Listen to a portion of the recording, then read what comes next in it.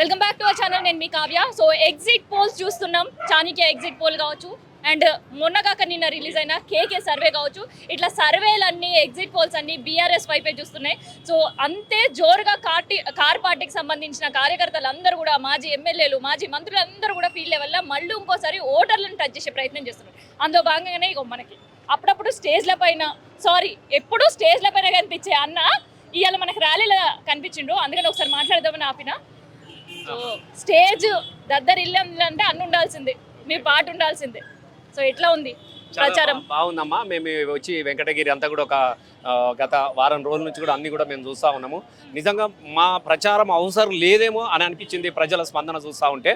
ఎందుకంటే కంపల్సరీ మళ్ళీ కేసీఆర్ రావాలి, హైదరాబాద్ బాగుపడాలి, ఖచ్చితంగా కాంగ్రెస్ ఇచ్చిన వాగ్దానాలను దెబ్బగొట్టాలి, మేము మోసపోయినాము, గోసపడతా ఉన్నాం కాబట్టి మళ్ళీ కారు గుర్తు గెలవాలన్నటువంటి ఆలోచన ఇలా జూబ్లీ హిల్స్లో ఒక వెంకటగిరి, ఒక యూసఫ్గూడనో, బోర్బాండనో, రాయమత్ నగరో, సోమాజిగూడనో ఇవన్నీ కాదు, ఎక్కడ కూడా ఇదే స్పందన మనకు కనబడతా ఉన్నది. ఎందుకనంటే తెలంగాణ తీసుకొచ్చినటువంటి పార్టీ కేసీఆర్ గారిది. కన్నతల్లి పాత్ర, ఏ తల్లి అయినా కూడా కొడుకులు ఎదగాలని కోరుకుంటారు. అట్లా తెలంగాణ అభివృద్ధి జరగాలని కోరుకున్నారు కాబట్టి కేసీఆర్ గారు ఇలా ఆ ప్రజలు ఒక్కసారి దూరమైన తర్వాత, దూరపు బాగా ఇష్టం ఉన్నటువంటి చుట్టాలు దూరం అయిపోతే మళ్ళీ దగ్గరికి వస్తే ఎట్లా ఉండదో ఆ పరిస్థితి కనబడతా ఉన్నది. ఎందుకంటే గోపీనాథ్ గారు కూడా 3 సార్లు ఇక్కడ ఎమ్మెల్యేగా ఉన్నారు. వారు వివాదాల అది వాళ్ళకి ఎలాంటి అవినీతి కానీ, ఎట్లాంటి కానీ బెదిరింపులు కానీ, రౌడీ కానీ, గుండా ఆయన కానీ ఎదురుగా నిలబడ్డాడు. చిన్న కార్యకర్తకు చిన్న ఏం జరిగినా కూడా కంటి రెప్పలాగా కాపాడుకున్నాడు కార్యకర్తలు. కాబట్టి ఆ ప్రేమలు కనబడతా ఉన్నాయి. ఇలా సునీతమ్మ కూడా ఏదో దురదృష్టవశాత్తు ఆయనకు 5 సంవత్సరాలకు అవకాశం ఇచ్చారు. 2 సంవత్సరాలలో ఆయన లేకుండా పోయిండు. తప్పకుండా ఈ 3 సంవత్సరాలు కూడా ఖచ్చితంగా ఆయన ఉన్నట్టుగా మేము భావించుకుంటూ ఉంటాము అని చెప్పేసి ఇలా సునీతమ్మ కూడా ప్రజలందరూ కూడా ఆశీర్వదిస్తూ ఉన్నారు. మీరు అందరూ కూడా చూస్తూ ఉన్నారు. ఇలా ప్రజలు చాలా స్పందిస్తూ ఉన్నారు. మీరు ఏం రాకండమ్మా, మేము 100% మీకు వేస్తామన్నటువంటి ఓటరు చెప్పుడు మాటలైతే మనం అందరం కూడా చూస్తూ ఉన్నాం. మనం సో మరి ఏంటి అసలు అభివృద్ధి గురించి కాదు, సానుభూతితోటే ఓట్లు రాలుతున్నాయి, రాలే అవకాశం లేదు అని కూడా నిక్కచ్చిగా చెప్తున్నారు. అమ్మ 2 విషయాలు.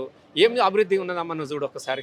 అభివృద్ధి జరిగితే ముఖ్యమంత్రి అంటే గల్లీల పొంట, మోరీల పొంట మీటింగులు పెట్టుకోడు కదా. గల్లీకో 2 మంత్రులను, ఇంటికొక ఎమ్మెల్యేను, మనిషికి ఒక కార్యకర్తను కాపలా పెట్టుకోడు కదా.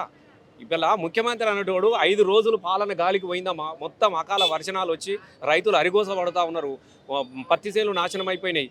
కల్లాలలో వడ్లు పోసుకొని ఉంటే మొత్తం కొట్టుకుపోయినాయి వర్షం వచ్చేసి. ఇవాళ అప్పుడు యూరియా దొరకలేదు. 4 ఎకరాలు 2 ఎకరాలు వేసుకున్నాడు యూరియా దొరకక. అష్ట కష్టాలు వాడు పంట పండించి ఇలా 6 కాలం కష్టపడ్డటువంటి రైతు తినే కంచంలో ముద్ద నోటికి పోయేలోగానే మళ్ళీ వర్షం వచ్చి తన్నుకపోతూ ఉంటే దాని మీద రివ్యూ లేదు, దాని కూడా పరిశీలన లేదు.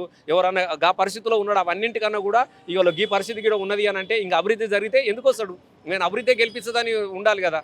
మరి ముఖ్యమంత్రి అనేటోడు స్వయంగా ఊచుకుంటా, బెదిరింపు చేసుకుంటా, ఓటుకు 5,000 వంచుతాం, 10,000 వంచుతాం, మేము అది చేస్తాం, మేము ఇది చేస్తాం అనేది చెప్పే పరిస్థితి ఎందుకు వచ్చినది? కాబట్టి అభివృద్ధి అనేది లేదు కదా. ఇవాళ అభివృద్ధి లేదు, ప్రజలు మర్చిపోయిరమ్మా. మీరు ఎవ్వాలన్నా కలవండి, ఏ చిరు వ్యాపారస్తుని కూడా కలవు. అయ్యో నాయన అని పేరు తీయక బాబు, రేవంత్ రెడ్డి అని పేరే తీయకండి ఆయన అని చెప్పేసి పరిస్థితులు శోకాలు కనబడుతూ ఉన్నాయి, శాపనార్థాలు కనబడుతూ ఉన్నది. ఇంకా అభివృద్ధి ఎక్కడ ఉందమ్మా? ఇక్కడ సానుభూతితో గెలవాల్సిన అవసరం లేదు. తెలంగాణ తీసుకొచ్చినటువంటి పార్టీ కదా ఇది, మన పార్టీ బీఆర్ఎస్ పార్టీ. ఇలా ఎవ్వరు చూడు, ఏ మనిషి నోట్లకే చూడు, ఏ ఇంటి వాడు కేసీఆర్ రావాలి, కేసీఆర్ రావాలి, కేసీఆర్ రావాలి. ఆ పరిస్థితులు కనబడుతున్నాయి కదా మనకు. కేసీఆర్ని ఎందుకు కోరుకున్నారు? కేసీఆర్ 10 సంవత్సరాల కాలంలో అత్యంత అద్భుతంగా హైదరాబాద్ను అభివృద్ధి చేసిండు. మీరు చూసిరు కదా, ఫ్లైఓవర్లు, మెట్రో ఇవన్నీ ఎక్కడి నుంచి వచ్చినాయి? తలుపులు ఇలా అక్కడ కొంచెం 4 అడుగులు వేస్తే అమెరికాలాగా ఉంటుంది హైదరాబాద్. ఇలా అనేక వ్యాపారాలకు కేంద్ర బిందువుగా హైదరాబాద్ వచ్చిందని అంటే కేసీఆర్ చేసిన పరిస్థితే కదా, పాలనే కదా. కాబట్టి ఇలా ప్రజలు కూడా మళ్ళీ కేసీఆర్ని కోరుకుంటా ఉన్నారు. కాంగ్రెస్ తప్పుడు వాగ్దానాలను దెబ్బ కొట్టాలంటే కారు గుర్తు గెలవాలన్నటువంటి నిర్ణయానికి ప్రజలు వచ్చారు కాబట్టి ఇలా అందరూ ఆ స్పందన కనబడుతుంది. 2 సంవత్సరాల హామీలు ఒక కొద్ది క్షణం పక్కనే పెడదాం. సినీ కార్మికులకు ఇచ్చిన హామీలు అమ్మ అవన్నీ కూడా సినిమా అంతే, సినిమానే తీసిండు అంతే. సినిమా తీసిండమ్మా, కట్టుకథలు, కల్పిత కథలతో సినిమా తీసిండు అంతే. అయిపోయింది అది. సినిమా రిలీజ్ అయిపోయింది, ఫ్లాప్ అయిపోయింది, వెళ్ళిపోయింది. ఇంకెక్కడిది కథ? ఇంకా సినిమా ఎక్కడి, సినిమా కార్మికులు ఎక్కడిది? అది అయిపోయింది అంతా. ఒడిసిన కరీత అయిపోయింది. మీరు చూసలేదు ఆ రోజున ఎవరు వచ్చారమ్మా? జూనియర్ ఆర్టిస్టులకు. మేము కూడా షూటింగ్ చేస్తే మేము కూడా ఇన్ని సినిమాలు తీసినాం. మేము కూడా జూనియర్ ఆర్టిస్టులను తీసుకొచ్చుకుంటాం, డబ్బులు ఇస్తే. సేమ్ గట్లా తీసుకొచ్చుకున్నాడు, షూటింగ్ చేసుకున్నాడు, షూటింగ్ ప్యాకప్ అన్నాడు, వెళ్ళిపోయాడు అంతే. దానిలో ఏం జరగలేదు. కాబట్టి కార్మికులు లేరు, సినిమా లేవు, ఏమి లేరమ్మా. ఎవరు సంతోషంగా ఉన్నారమ్మా? అసలు ఏమున్నదని అయిపోయిందమ్మా. రేవంత్ రెడ్డి అన్నట్టు ఒడిసిన చరిత్ర అంతే. ఇంకా మళ్ళీ రాడు. ఆయన ప్రజలు ఆయన పేరు తీయడానికి ఇష్టపడతలేరు. ఇంకా ఓటేసుడు కాడికి పోతురు మీరు. ఆయన పేరే తీయకమంటుంటే ఒక్కొక్కరు జనాలు అంతా ముసలు అబ్బా చిచి నాయన ఆ పేరు వద్దా అంటారు. గాడు ఉన్నాడు ఇంకా. కాబట్టి తప్పకుండా కారు మరి గుర్తు ఇప్పుడు అందుకనే కాంగ్రెస్ టార్గెట్ మైనారిటీ, అందుకనే అజారుద్దీన్ సార్ని కూడా పాపం మళ్ళీ ఇంకోసారి బలి చేసిరా. అమ్మ అజారుద్దీన్ మంచోడైతే పోయినసారి గెలవపోనా? మీకు 2 విషయాలు. ఎంఐఎం తరపున పార్టీ తరపున కూడా నవీన్ యాదవ్ పెట్టిండు, గెలిచిండా? ఈయన గెలవలే ముస్లిం అని, అయినా గెలవలేదు. ముస్లింలు అందరూ కూడా కేసీఆర్ వెంబడి ఉన్నారు. ముస్లింలను భాగస్వామ్యం చేసుకున్నాడు కేసీఆర్ గారు. ముస్లింలని, హిందువులని, క్రిస్టియన్స్ అని కేసీఆర్ చూలే. వీళ్ళంతా తెలంగాణ ప్రజలు, వీళ్ళంతా నా వాళ్ళగా చూసిరు తప్ప దీంట్లో తారతమ్యాలు మతాల కులాలకు అతీతంగా. మీరు 10 సంవత్సరాల కాలంలో ఒక చిన్న కర్ఫ్యూ పెట్టినటువంటి రోజు చెప్పండి మీరు. అదే కాంగ్రెస్లో ఉన్నప్పుడు ఎన్నిసార్లు కర్ఫ్యూలు జరిగినాయి, ఎన్ని మత కల్లోలు జరిగినాయి. మరి 10 సంవత్సరాల కాలంలో ఎక్కడన్నా ఒక చిన్న ఈవెంట్, చిన్న ఇన్సిడెంట్ జరిగిందా? వాళ్ళని కూడా ఇందులో బతుకమ్మ పండుగ ఎంత గొప్పగా ఆదరించిండో రంజాన్ కూడా అంతే గొప్పగా ఆదరించినాడు. ఈ పూజల్లో దేవాలయాల పూజారులకు ఇచ్చినట్టుగానే మోజులో వాళ్ళకు కూడా మసీదులలో నమాజ్ చేసే వాళ్ళకు కూడా అదే ఆ భావంతో వాళ్ళకు కూడా గౌరవ వేతనాలు ఇచ్చినాడు. మసీదులను అన్ని చేసుకొచ్చినాము. మైనార్టీ గురుకులాలు పెట్టిండు. ఎంత గొప్పగా చేసిండు ముస్లింలు. అందుకే కదా ప్రేమలు కనబడుతున్నాయి. సార్ కేసీఆర్ బోత్ అచ్చా సాబ్, కేసీఆర్ బోత్ అచ్చా సాబ్, మీరు ఆనా సాబ్ అంటారు. ఇలా ముస్లింలు 99% ఇలా బీఆర్ఎస్ వెంబడి ఉన్నారు, కేసీఆర్ వెంబడి ఉన్నారు, కారు గుర్తు వెంబడి ఉన్నారు. అన్న ఇప్పుడు గెలుపు మీదే అని పక్కాగా చెప్తున్నారు. ఇప్పుడు మెజారిటీ కోసమేనా ఈ ప్రచారం అంతా? ఇప్పుడు మేము అంత అత్యుత్సాహంగా ఏం లేదు. తప్పకుండా ఓటు అనేది ఖచ్చితంగా మనం పోవాలి, వాళ్ళని అడగాలి. కాబట్టి మేము వెళ్తా ఉన్నాం. మెజార్టీ ఇదాన్ని మేము గెలుపుగా చూసుకుంటున్నాం. మా మెజార్టీ కూడా మంచి మెజార్టీతో గెలుస్తారు. గోపినాథ్ కన్నా ఎక్కువ మెజార్టీతో సునీతమ్మ గెలవబోతున్నది. మరి బీజేపీ పరిస్థితి ఏంది? బీజేపీ ఎక్కడదమ్మా? అది ఎప్పుడు వాడిపోయింది. అది కమలం ఇప్పుడు రాలిపోయిన పువ్వు మళ్ళీ చిగురిస్తుందా?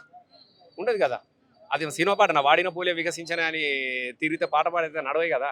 అయిపోయింది. ఎక్కడ బీజేపీ అమ్మ? అయిపోయింది. బీజేపీ లేదు, ఏం లేదు. బీజేపీ లేదు, కాంగ్రెస్ లేదు. మీరు అన్ని 2 చూస్తూ ఉన్నారు. ఏదో అంతా అక్కడోళ్ళు ఇక్కడోళ్ళు తోలుకచ్చుకొని ఏదో పవర్ ఉంది కాబట్టి చూపిస్తున్నాడు. బెదిరింపులు, గుండాయిజము, రౌడీయిజము. ఇలా 2 సంవత్సరాలు ఏంది సడన్గా అజారుద్దీన్ ఎలక్షన్ టైంలో మంత్రి అయిపోతాడా? నేను చెప్తున్నా కదా. మళ్ళీ అజారుద్దీనే పెట్టనుంటివి. నిజంగా ఆ రోజు అజారుద్దీన్ చెప్తేనే జూబ్లీ హిల్స్ గెలుస్తుంది అంటే క్యాండిడేట్ అజారుద్దీనే పెట్టపోయినా. మరి టికెట్ కూడా ఇవ్వలే, కనీసం టికెట్ కూడా ఇవ్వలేదమ్మా. ఇక ఆయనను తీసుకొచ్చి నేను చూపిస్తా అంటే గదే సినిమా చూపిస్తున్నాడు అంతే.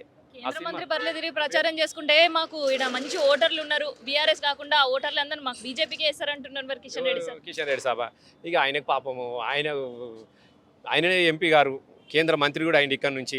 ఇక ఆయనకే తెలియాలి. మరి చూస్తున్నాడు కదా ఎంత చక్కదనం ఉన్నది ఆయన కథ, ఆయన కార్ఖానా. 1 రూపాయి తీసుకొచ్చింది లేదు, ఇచ్చింది లేదు.